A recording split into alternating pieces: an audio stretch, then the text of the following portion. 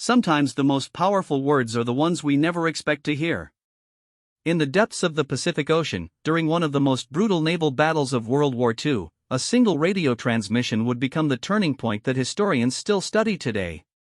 The voice was calm, almost resigned, as it crackled through the static, "We're done." But what happened in the seconds that followed would defy every expectation, challenge every assumption about human courage, and prove that sometimes surrender is just another word for the beginning of a miracle. This is the true story of how 3 words sparked a chain of events that turned certain defeat into legendary victory, and how ordinary sailors became the heroes who changed the course of history itself. The morning of October 25, 1944, dawned with an eerie stillness over the Philippine Sea. Lieutenant Commander Robert Evans stood on the bridge of the USS Johnston, watching the horizon through his binoculars. The smell of salt and diesel fuel mixed in the humid air as his crew went about their morning routines. None of them knew they were about to face the largest naval battle in history. Evans was a man who had earned respect through quiet competence rather than flashy heroics. At 32, he had already seen more action than most sailors would in a lifetime. His weathered hands gripped the railing as he studied the calm waters, but something in his gut told him this peaceful morning was deceiving. The radio chatter had been unusually quiet, and, in his experience, silence often meant trouble was brewing just beyond the horizon. The Johnston was part of Taffy 3, a small escort carrier group that was supposed to be safely behind the main battle lines. These ships were not built for heavy combat. They were designed to protect convoys and provide air support, not to face down the massive battleships of the Imperial Japanese Navy. The crew of 327 men aboard the Johnston knew this, but they also knew that sometimes war doesn't give you the luxury of fighting only the battles you're prepared for. Around 0645 hours, the peaceful morning shattered like glass. Lookout Seaman First Class Jimmy Torres was the first to spot them through the morning haze. At first, he thought his eyes were playing tricks on him. The shapes on the horizon looked impossibly large, too large to be real. But, as the minutes passed and the shapes grew clearer, the terrible truth became undeniable. A massive Japanese fleet was bearing down on them, led by 4 battleships including the mighty Yamato, the largest warship ever built. Torres called out his sighting, his voice cracking slightly with the weight of what he was seeing. Within moments, the bridge erupted into controlled chaos as officers confirmed what seemed impossible. The Japanese center force, which was supposed to have been turned back days earlier, had somehow made it through the night and was now closing in on the vulnerable American escort carriers. Evans felt his blood turn to ice as he realized the magnitude of what they were facing. The Yamato alone carried guns so massive they could fire shells weighing as much as a small car over 20 miles.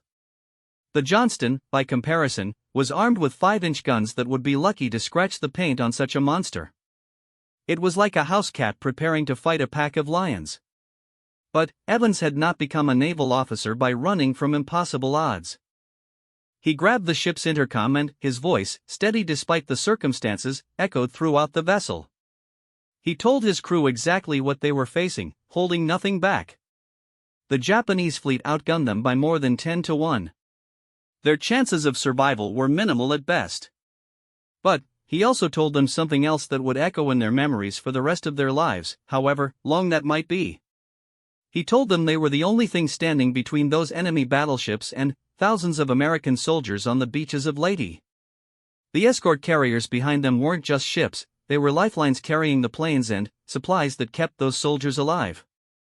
If Taffy 3 ran without a fight, those carriers would be sitting ducks, and the men on the beaches would be cut off and surrounded. Evans could see the faces of his crew as they processed this information. Some looked terrified, others determined, and many showed that strange mixture of fear and resolve that comes when ordinary people are asked to do extraordinary things. Chief Petty Officer Mike Sullivan, a veteran who had been in the Navy since before the war started, stepped forward and said what many of them were thinking. They might be outgunned and outmatched, but they were Americans, and Americans don't run when their brothers need them. The decision to engage was not made in some grand moment of dramatic inspiration. It was made quietly, grimly, by a group of sailors who understood that sometimes the right choice and the survivable choice are not the same thing. Evans gave the order to prepare for battle, knowing full well that he might be signing death warrants for every man aboard his ship. As the Johnston turned toward the enemy fleet, engines straining to build speed, the crew worked with the focused intensity of men who knew their lives depended on every action. Gunners loaded shells into the 5-inch guns while damage control teams prepared for the inevitable hits they would take. In the engine room, the Black Gang pushed the ship's power plant beyond its normal limits, coaxing every possible knot of speed from the aging destroyer. The radio crackled with confused chatter from other ships in the task force. Some captains were requesting orders, others were reporting enemy positions, and a few were asking the question that hung over everyone's head like a dark cloud. What were they supposed to do against such overwhelming odds? The textbook answer was to retreat and preserve the fleet for future battles. But textbooks don't account for the thousands of American soldiers who would die if the enemy broke through. Evans made his choice, and as word spread through the fleet, other captains began to make theirs. The destroyer USS Hull and USS Heermann announced their intention to join the attack. The destroyer escort Samuel B. Roberts, despite being even smaller and less heavily armed than the destroyers, also turned toward the enemy. It was a decision that defied every principle of naval warfare, but it was also a decision that would prove to be one of the most courageous in naval history. As the small American ships charged toward the Japanese fleet, the enemy commanders could hardly believe what they were seeing. Admiral Takeo Kurita, leading the center force from his flagship Yamato, initially assumed that the approaching ships must be heavy cruisers or even battleships. The idea that destroyers and destroyer escorts would dare to attack his massive force seemed so absurd that he ordered his ships to take evasive action, thinking he might be sailing into a trap. This confusion bought precious time for the American escort carriers to begin their escape, launching every available aircraft in a desperate attempt to survive the morning. But everyone knew that the small escort ships charging toward the enemy fleet were sacrificing themselves to buy that time. It was a trade measured in blood, and everyone involved understood the mathematics of it. The Johnston was now racing toward the enemy at flank speed, black smoke pouring from her stacks as her engines ran far beyond their design limits. Evans stood on the bridge, watching the enemy ships grow larger with each passing minute. He could see the massive gun turrets of the battleships beginning to rotate toward his small force. In a few minutes, those guns would speak, and, when they did, the morning calm would be replaced by a hell of steel and fire. But, for now, in these last moments before the storm broke, Evans allowed himself to think about the letters he had written to his wife and children, letters that were locked in his cabin safe to be mailed in case he didn't survive the war. He thought about the crew under his command, young men who had left farms and factories and small towns to serve their country in a war they had never asked for. Most of all, he thought about the choice they had made together, the choice to stand and fight when every rational calculation said they should run. The radio operator looked up at Evans with a question in his eyes. Other ships were asking for final instructions, waiting for someone to tell them how to die with purpose. Evans took the microphone, paused for a moment to gather his thoughts, and then spoke the words that would become legend among the sailors who survived that morning. His voice was calm, almost conversational, as if he were discussing the weather rather than leading a charge into certain death. He told the other ships to follow the Johnston's lead, to hit the enemy hard and fast, and to make every shot count. He reminded them that they were buying time with their lives, and that every minute they kept the Japanese busy was another minute for the carriers to escape and the aircraft to get airborne. Then, in a moment that surprised even himself, he added something that hadn't been in any of his planned speeches. He told them that no matter what happened in the next few minutes, they would be remembered. History would record that on this morning, a handful of American sailors had looked at impossible odds and decided that some things were worth dying for. He told them that their children and their children's children would know that when the moment came to choose between safety and duty, they had chosen duty without hesitation. The enemy guns were almost in range now. Evans could see the flash of sunlight on the massive gun barrels as they trained toward his small force. In less than 2 minutes, those guns would open fire, and the battle off Samar would begin in earnest. But, for these last precious seconds, the Johnston and her sisters raced through calm seas toward their destiny, carrying with them the hopes and prayers of thousands of American soldiers whose lives depended on their courage. The first enemy salvo erupted from the Japanese battleships at 0659 hours, and the quiet morning exploded into a nightmare of shrieking steel and towering waterspouts. The shells from the Yamato's 18-inch guns created geysers that rose 300 feet into the air when they missed, and, when they hit, the results were devastating beyond imagination. The sound was unlike anything most of the American sailors had ever heard, a combination of thunder and tearing metal that seemed to come from the depths of hell itself. Lieutenant Commander Evans watched through his binoculars as the first shells landed around his small flotilla. The water columns they created were so massive that they briefly blocked out the sun, casting dark shadows across the deck of the Johnston. He could feel the ship shudder from the concussion of near misses, and he knew that it would only be a matter of minutes before one of those massive shells found its mark. But the Johnston was not content to simply absorb punishment. Even as the enemy shells rained down around them, Evans ordered his gunners to open fire. The ship's 5-inch guns began their rapid-fire barrage, sending shells racing toward the Japanese heavy cruiser Kumano. At a distance of nearly 18,000 yards, the chances of scoring significant hits were minimal, but Evans knew that even minor damage might slow the enemy advance and buy precious time for the escort carriers fleeing behind them. Chief Gunner's mate Paul Morrison had been in the Navy for 15 years, and he had never faced anything like this. The enemy ships were so large that they seemed to fill the horizon, their massive superstructures bristling with guns of every caliber. But Morrison was a professional, and professionals do their jobs regardless of the circumstances. He barked orders to his gun crews, adjusting range and deflection as the Johnston weaved through the enemy fire at maximum speed. The first hit on the Johnston came at 0710 hours, when a 14-inch shell from the battleship Congo struck the ship's after-fire control station. The explosion killed 3 men instantly and wounded 7 others, but somehow the ship's main battery continued to fire. Evans could smell the acrid smoke and feel the heat from the fires that had started aft, but he kept his attention focused on the enemy fleet ahead. What happened next would be remembered as one of the most remarkable feats in naval history. Against all odds, the Johnston's shells began to find their target. The first hits on the Kumano were minor, causing superficial damage to the cruiser's superstructure. But, as Morrison and his gun crews found their rhythm, their accuracy improved dramatically. At 0725 hours, a perfectly aimed salvo struck the Kumano's forward turret, causing a massive explosion that could be seen from miles away. The psychological effect of this hit was even more important than the physical damage. Admiral Kurita, watching from the bridge of the Yamato, could hardly believe what he was seeing. A tiny American destroyer was not only standing up to his massive fleet but was actually causing significant damage. The confusion this created would have far-reaching consequences as the battle developed. The Johnston's attack run continued for another 20 minutes, during which the small destroyer scored hit after hit on the much larger Japanese cruiser.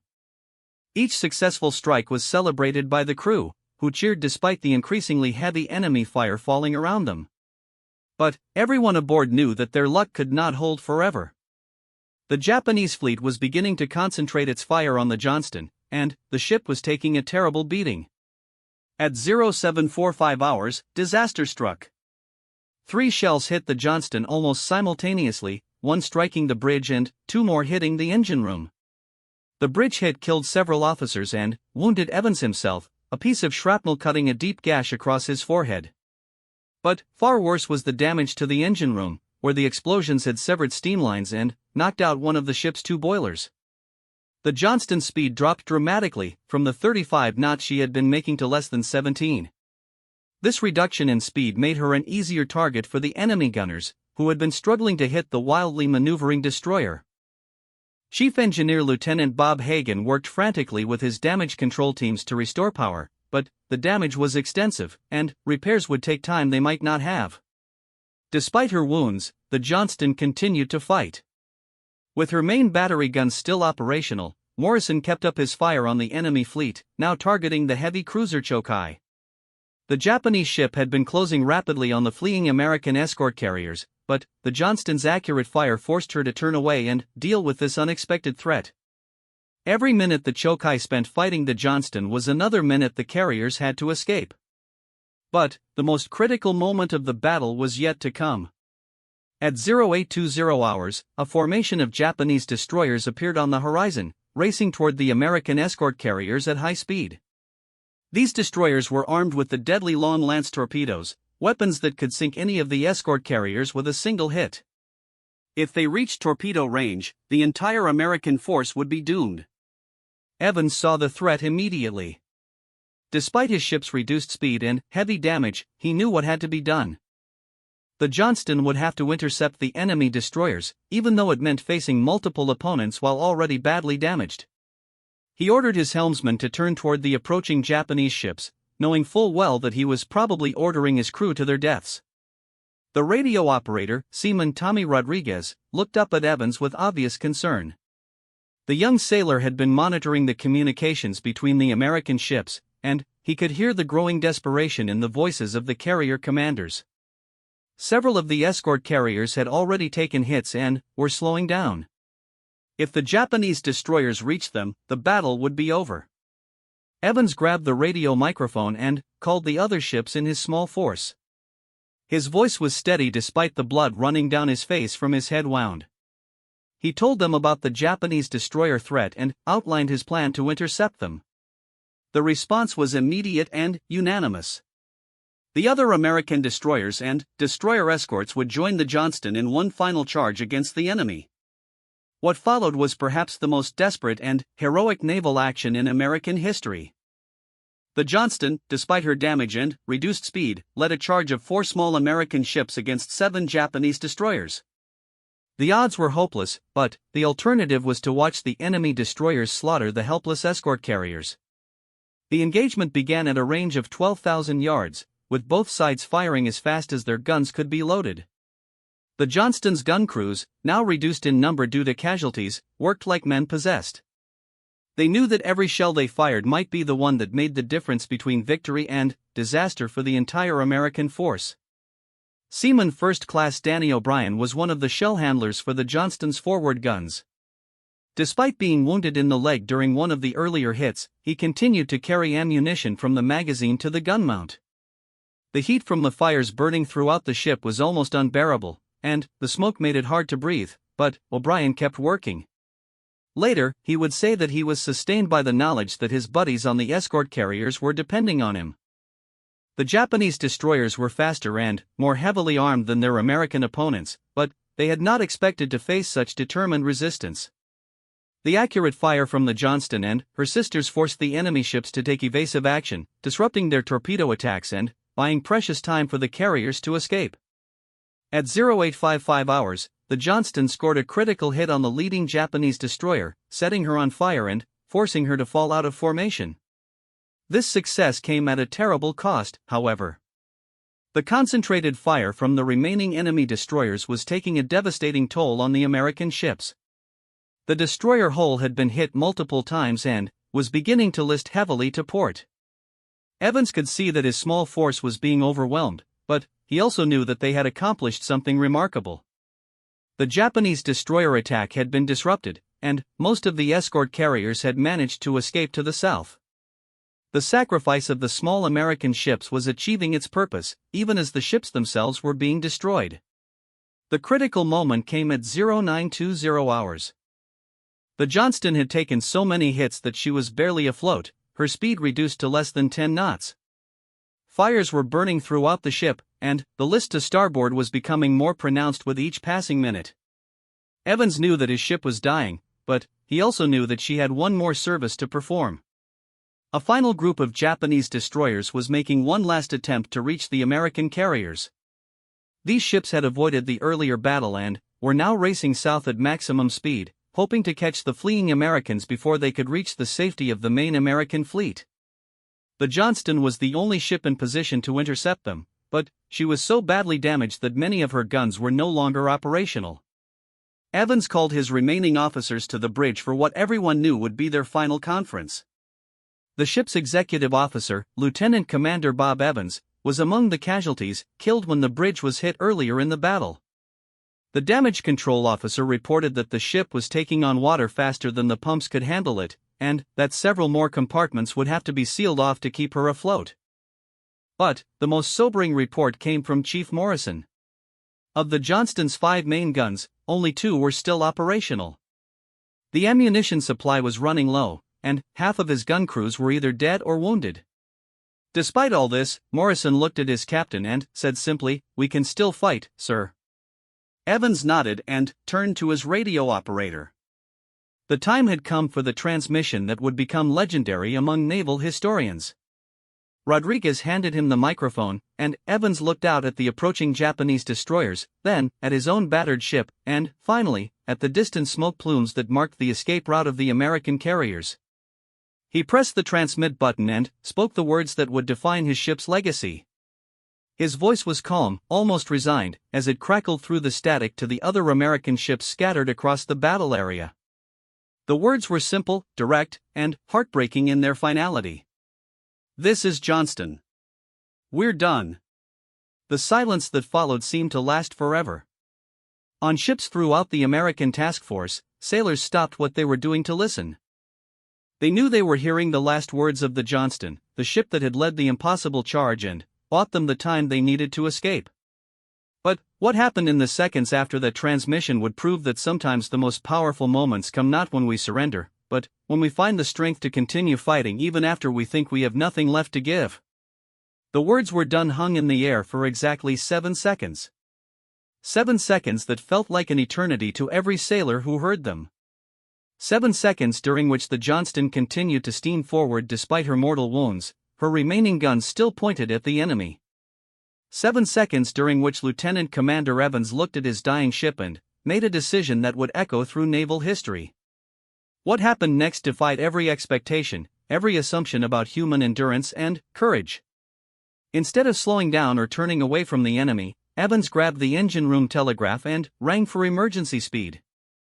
Despite having only one boiler operational and massive damage throughout the ship, the Johnston's chief engineer somehow coaxed additional power from the battered machinery. Black smoke poured from the ship's damaged stacks as she accelerated toward the approaching Japanese destroyers. The effect on the American task force was electric. Sailors who had been preparing for the worst suddenly saw the Johnston surge forward like a wounded lion making one final charge. On the escort carrier Gambier Bay, Captain Walter Viewwood watched through his binoculars as the damaged destroyer picked up speed. He grabbed his own radio microphone and transmitted words that would be remembered alongside Evans' famous last message: "Johnston is still fighting. All ships, give them covering fire." What followed was a spontaneous coordination of American forces that had seemed impossible just moments before. The destroyer Hull, despite being heavily damaged herself, turned to follow the Johnston's charge. The destroyer escort Samuel B. Roberts, her small guns already hot from continuous firing, added her voice to the growing chorus of American artillery. Even some of the escort carriers began launching their few remaining aircraft, determined to support the Johnston's final attack. The psychological impact on the Japanese fleet was profound. Admiral Kurita, watching from the Yamato, had been preparing to order the final assault that would destroy the remaining American ships. The sudden resurgence of American resistance, led by a destroyer that had just announced it was finished, created confusion and doubt among the Japanese commanders. How could ships that were clearly outgunned and outnumbered continue to fight with such determination? Chief Gunner's Mate Morrison found himself with a clear shot at the leading Japanese destroyer at a range of 8,000 yards. Despite having only 2 operational guns and a crew reduced by casualties, he ordered his remaining gunners to load armor-piercing shells and prepare for rapid fire. The men worked with the mechanical precision of long training, but there was something else in their movements now, something that had not been there before the "we're done" transmission. It was the knowledge that they were already dead men, and that realization had freed them from fear. Seaman Danny O'Brien, still limping from his leg wound, carried shells with the steady rhythm of a machine. Petty Officer 3rd Class James Miller, his face blackened by smoke and streaked with blood from a scalp wound, trained the gun with the careful precision of a craftsman working on his masterpiece. They were no longer fighting to survive, they were fighting to ensure that their deaths would have meaning. The Johnston's attack began at 0922 hours with a perfectly coordinated salvo from her 2 remaining guns. The shell struck the Japanese destroyer Asagumo amidships, causing a massive explosion that sent flames shooting hundreds of feet into the air. The enemy ship immediately began to list to port and fall behind her sisters. 1 Japanese destroyer was out of the fight, but 6 more continued their charge toward the American carriers. But something had changed in the dynamics of the battle. The Japanese destroyers, which had been advancing in a tight formation designed to maximize their torpedo attack, began to spread out and take evasive action. The sight of the Johnston, clearly dying but still fighting with undiminished fury, had rattled the enemy commanders. They had been trained to fight disciplined naval battles, not to face opponents who continued fighting long after they should have surrendered. The Johnston's second salvo struck the destroyer Yamagumo, setting her superstructure on fire and forcing her to turn away from the battle. Morrison's gun crews had found their rhythm now, and, despite their reduced numbers and damaged equipment, they were firing with deadly accuracy. Each hit on an enemy ship was accompanied by cheers from the American sailors, men who knew they were witnessing something extraordinary. At 0925 hours, the most remarkable moment of the entire battle occurred. The Japanese heavy cruiser Chokai, which had been pursuing the American carriers, suddenly turned away from her targets and began firing at the Johnston instead. Admiral Kurita later explained his decision by saying that any ship willing to fight so desperately must be protecting something extremely valuable, and he wanted to eliminate this threat before proceeding with his attack on the carriers. This decision to engage the Johnston instead of continuing the pursuit of the carriers was exactly what Evans had been hoping for. Every minute that the Japanese spent fighting his dying ship was another minute for the American carriers to escape.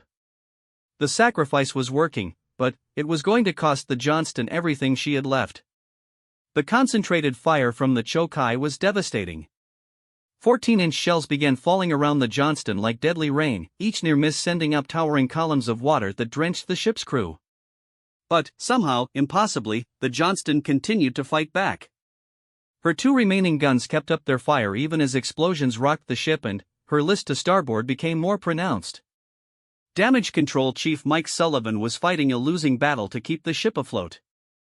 Water was pouring in through multiple hull breaches, and several more compartments had been flooded and sealed off. The ship's electrical system was failing, forcing gun crews to work by hand when their power-assisted equipment went offline. But Sullivan and his men kept working, knowing that every minute they could keep the Johnston fighting was a victory in itself. The radio room had been destroyed in one of the earlier hits, but Seaman Rodriguez had managed to jury-rig a communications system using parts from damaged equipment. At 0930 hours, he managed to establish contact with the escort carrier Fanshawe and relay a message that would become one of the most famous in naval history. Evans, his voice now hoarse from shouting orders over the din of battle, spoke into the makeshift radio system. His words were simple and direct, but they carried a weight that transcended their literal meaning.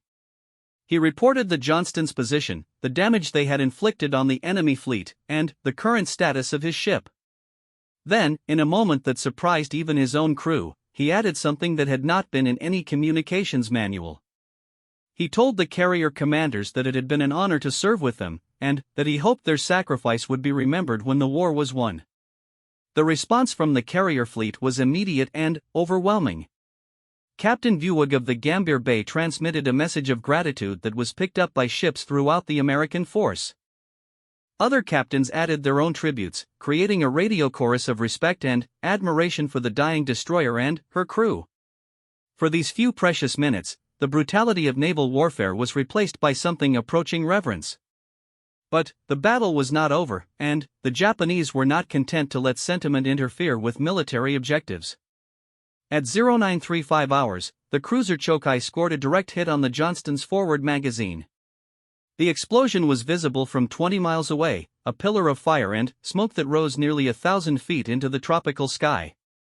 When the smoke cleared, the Johnston's forward section had been completely destroyed. Incredibly, the ship did not sink immediately. Her watertight compartments, damaged but still partially functional, kept her afloat for a few more precious minutes. Evans, wounded again by the magazine explosion, looked around at what remained of his bridge crew and made his final command decision. He ordered all hands to abandon ship, but he also ordered his remaining gun crew to keep firing as long as the guns would work. Chief Morrison, his uniform torn and blackened by smoke, looked at his captain with something approaching wonder. In all his years in the Navy, he had never seen anything like what was happening aboard the Johnston. Men who should have been focused on saving their own lives were instead working to get off one more salvo, to score one more hit on the enemy before their ship went down. The Johnston's final shots were fired at 0940 hours, just as the order to abandon ship was being passed throughout what remained of the vessel. The shell struck the Japanese destroyer Hyanami, causing enough damage to force her to withdraw from the battle. It was a fitting end to one of the most remarkable gunnery performances in naval history, achieved by a crew that had refused to stop fighting even when their ship was clearly doomed. As the survivors went over the side into the warm Pacific waters, they could see the results of their impossible stand. The Japanese fleet, which had been advancing steadily toward the American carriers, was now scattered and disorganized. Several enemy ships were on fire or had been forced to withdraw from the battle. Most importantly, the American escort carriers were now beyond the range of effective pursuit, their aircraft circling back to provide cover for the men in the water. Admiral Kurita, aboard the Yamato, made a decision that would be debated by naval historians for decades to come. Instead of pressing his attack against the now vulnerable American carriers, he ordered his fleet to withdraw. Later interrogations would reveal that the fierce resistance put up by the Johnston and her sisters had convinced him that he was facing a much larger American force than intelligence had indicated. The sight of destroyers fighting with such determination had led him to believe that powerful American reinforcements must be nearby. The Johnston finally slipped beneath the waves at 0945 hours, her battle flag still flying from what remained of her mast. Of her crew of 327 men, 186 survived to be picked up by American rescue vessels hours later. Among the survivors was Chief Morrison, who had kept his guns firing until the very end, and Seaman Rodriguez, who had maintained communications long after his equipment should have failed. Lieutenant Commander Evans was not among the survivors. He was last seen on the bridge of his ship, helping wounded sailors into life rafts and ensuring that classified materials were properly destroyed before the Johnston sank. His body was never recovered, but his legacy lived on in the men he had led and the victory his sacrifice had made possible. The battle off Samar officially ended at 1030 hours when the last Japanese ships disappeared over the horizon. What had begun as certain disaster for the American forces had turned into one of the most remarkable victories in naval history. The escort carriers, which had seemed doomed when the battle began, had not only survived but had played a crucial role in turning back the Japanese fleet. In the years that followed, historians would study the battle off Samar as an example of how determination and courage could overcome seemingly impossible odds. The Johnston and her sisters had faced a fleet that outgunned them by more than 10 to 1, yet they had emerged victorious through sheer force of will and refusal to accept defeat. But perhaps the most remarkable aspect of the entire battle was what happened after that famous transmission. When Lieutenant Commander Evans said "we're done," he and his crew could have been forgiven for giving up the fight. Instead, they found within themselves a reserve of courage that carried them through 7 more minutes of combat that changed the course of the war in the Pacific. The last transmission had indeed said "we're done," but in the seconds that followed, the tide had turned not just in a single battle, but in the hearts and minds of everyone who witnessed what ordinary sailors could accomplish when they refused to surrender in the face of impossible odds. The Johnston and her crew had proven that sometimes the most powerful word in the human vocabulary is not surrender, but the simple determination to keep fighting when everything seems lost.